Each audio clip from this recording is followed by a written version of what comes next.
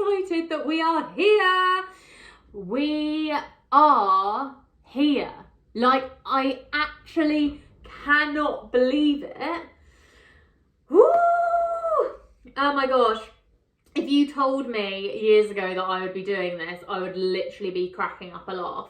But we're here and we're doing it. And for really freaking great reason. I will share in this episode more about my journey to healing and living a fulfilling, joyful life, because it wasn't always like that, and I will be sharing that with you. But I also just want to start off by saying, if you're here, maybe you are one of those people over the last years that have been going on at me to do this, or maybe you have just come across my podcast, or maybe you have been passed on from somebody else. It doesn't matter how you got here. I just want to say I appreciate you so much, and I am so fucking grateful for your presence and for what you are giving to me in the exchange of energy. I really do appreciate every single person that watches and comes along on my journey, wherever you are, wherever you're showing up, however you are giving me your energy. I appreciate it. Diving in deep, let's go, because that is what I do. We go deep, we discover, we grow, we flourish, we become the best versions of ourselves, and that is what we do here. So if you like that, stick around. If you don't, drop out. I'm giving you the way out soon, quite literally first few minutes. If you don't like deep, this isn't for you. But we're gonna go deep. So my journey into healing and what has led me exactly here in this moment actually started when I said enough is enough. But it wasn't quite that simple. I was one of those people that had to reach rock bottom. I had to experience a mental health crisis, I would call it, to really get myself to where I am now. And not everybody needs to go there, and that's why I am putting myself out there now, because I don't want people to have to get to that point before they make change. It is not a good place to be in. When I was at my worst, I had paralysis and I would lose my eyesight and hearing at times. It was like everything would just suddenly go black and I couldn't see, or suddenly I couldn't hear a thing, and it would send me into a panic, and which would lead to a panic attack. At its worst, it was disconnection from my mind and body, making me have paralysis in my body where I couldn't move. And that was the scariest moment for me. This was all led from my mental health. And that is how scary your mind can have that power over your body. And I didn't know before. I had no idea that this was even possible. But it is, and we're not taught about it. How our emotional health, our mental health, and our physical health are so deeply connected. If you're nurturing just your physical health, that doesn't mean that you're not going to have emotional or mental health problems. You have to nurture all three together to have that ultimate health, but not just ultimate health, also just to not struggle. I think that's the key. Is like, even now, I like being healthy. I like prioritizing all forms of my health. Would I say they are the most ultimate health experiences? No. I think I'm a very average person, but I'm healthy because I nurture the three. And whatever health looks like to you, you should strive towards it, because it's possible for everybody. But as long as you believe that you can get there, and then keep challenging yourself, because the magic in you that you're here to bring to the world is within you right now, but you have to believe it first, and then you can start actioning. and then you can start seeing it, and then the momentum will build, and then your life will start to flourish. And that is quite literally what happened to me. Is that day hit and I said, something has to change. So I put all of my energy in every form of exchange, from my breath, my mind, my money, my connections. I put all of my energy into those different ways that I could enhance my emotional, physical, and mental health. And it has led me to here. And along that journey, it's been incredible. I started off obviously in that place, which your emotions, I like to call it, are a bit like paper. As we're growing up in our childhood, we don't always understand what emotions we're feeling unless you've got like a fucking super secure family unit and like they are not allowing you to be insecure about your feelings. They're helping you through every emotion, allowing you to feel everything, not be exposed to trauma. Is that possible? No, I do not think it's possible. I don't think you could find me one person that hasn't experienced a form of trauma or emotional disregard, because it's the society that we're in. So when you dismiss and suppress your emotions, they start piling up, because you have to feel an emotion to process it and let it go. So you feel your emotion is here, you don't feel it. Another emotion comes, it piles up. Another emotion comes, it piles up, and they keep piling up. And then suddenly you've got a massive stack of paper that you got to work through. That was me. At the beginning, I had a lot of emotion in me that was just wanting to come out. And by investing all of my energy into healing, I was able to do that one by one, just taking down that paper. Sometimes you take a stack, sometimes it's just one layer, and sometimes you just stay. You just stay present where you are, because that's where you need to be in this time. But gradually over time, I worked through the childhood emotions that had been ignored, and I allowed myself to come into my present emotions where I was in that time. I did a meditation course, which was truly transformational.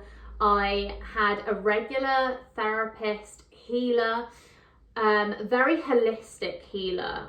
I wouldn't say I felt like it was traditional therapy. It didn't feel very formal. It was very much based in a holistic approach, understanding all areas of my life. And he was truly incredible. He changed my life. He made me feel seen, heard, and valued in every aspect of my being. He was truly incredible, and I wouldn't be where I am today without him. From there, I was able to bring myself into quite a secure place where I didn't need the validation from anybody else anymore. I was able to see my worth. I was able to see the goals that I wanted to achieve in life. Before, everything felt very blank. I felt very lost. I felt stuck. I felt like I was surrounding myself with people that didn't see my worth, because I didn't see my worth. Like, you are a reflection of everything within you, and the people in front of you are a reflection of everything within you. Everything is a reflection. I think that is such an important thing to understand, because whatever you're being shown is here for a reason. And that really helps you have a fulfilling life, because when you can understand yourself and sit with yourself in a secure place, and you don't need or want that validation from others, really great things come into your life. And that's where I met Grace, my partner. We've been together for 3 years now, and she has supported me in ways that I actually never thought a partner would. It's given me challenges. It's brought up so much trauma and triggers from past relationships, past life experiences. It's also shown me a type of love that is tender, it's caring, it's safe. It's just, I'm actually getting tingles as I talk about it, because it is a love that I hope that everybody gets to experience. It's a love where you strive to be better for one another.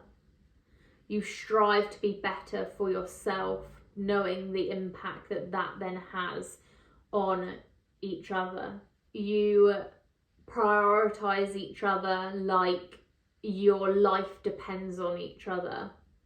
And when you find that person where you feel so safe to be you, to be every version of you, every version that you have been, and every version that you've got to come, you really have then found your match. And I think that that is truly special, because in this world, without connection and love, I don't know where we would be, and I don't know where I was for a long time because of that. I feel grateful that I had an awakening to push for more for myself.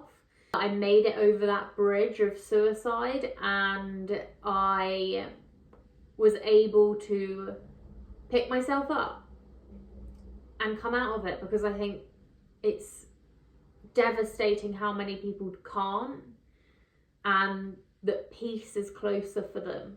So I am really fortunate. I'm grateful for myself, and I think that is a place of security that then you can welcome in love from another, because when you're secure in yourself, you're secure to then give love to the people that are worth that love. From here, Grace supported me in my studies, knowing that I was here for more. For a long time I was like, no, I'll just work within the company with you that we set up. And she was already doing health and fitness coaching, and I was like, no, I'll work with you, no worries. She was like, no, your voice is made for more, like you need to do more with it. So over time, I gradually discovered that what I had experienced was truly incredible and could have a huge impact. That mind and body health is so important to your happiness, along with relationship building, being able to communicate, be compassionate, and compromise. Those 3 C's, I think, are absolutely the core root for happiness.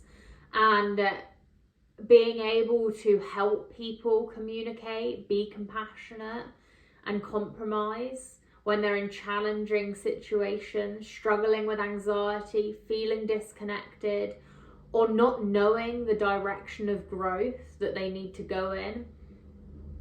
I find it empowering, I find it fulfilling, and I know that it is a gift of mine. I studied to be a mind and body practitioner and holistic life coach, specializing in neuroscience and child trauma. And from here, I have then been able to help people on a one-on-one basis or in small groups really overcome challenges from emotions that have been holding them in a place that they no longer need to be in, allowing them to have that clear clarity in their direction forwards, with knowing that they're on the right path. And when I work with people in this realm, it's just incredible what comes from it, because the mental health, the emotional health, and physical health that you look to as a goal, as a dream, is possible. It absolutely is. There's a reason why your mind and your body is connecting with that goal and is sending you the message that that is your goal. If you sit with yourself now and think to yourself, what is my greatest goal? That message is coming through to you for a reason. Because the message that comes through to me, to you, to your friend, to your family member, it will all be different.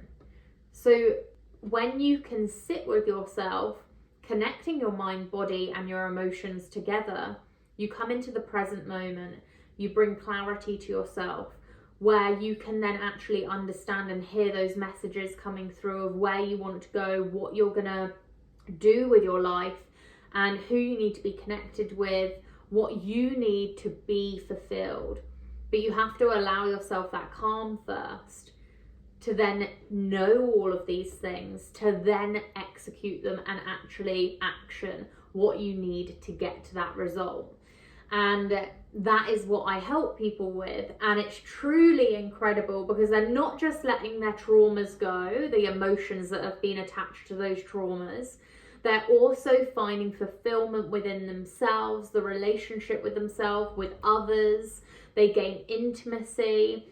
They gain so much in their life, in their work, in their health, in their personal goals, by holding space for themselves and reaching out for support. And if you are that person that is on the edge, you are tipping over, knowing and feeling that guidance and support is right for you, and you being here right now is showing me that you are in that place. But if you are just on the edge, just jump into it. Your healing, your expansion, the fulfillment that you have to come, jump into that. Be excited, be bold, be brave. You are here for more because you are here with me. To be listening to a podcast called The Connection Cure shows me that you are ready for more connection. So allow that for yourself. Reach out if you wish, or stay tuned because there'll be more episodes on everything that I've discussed today.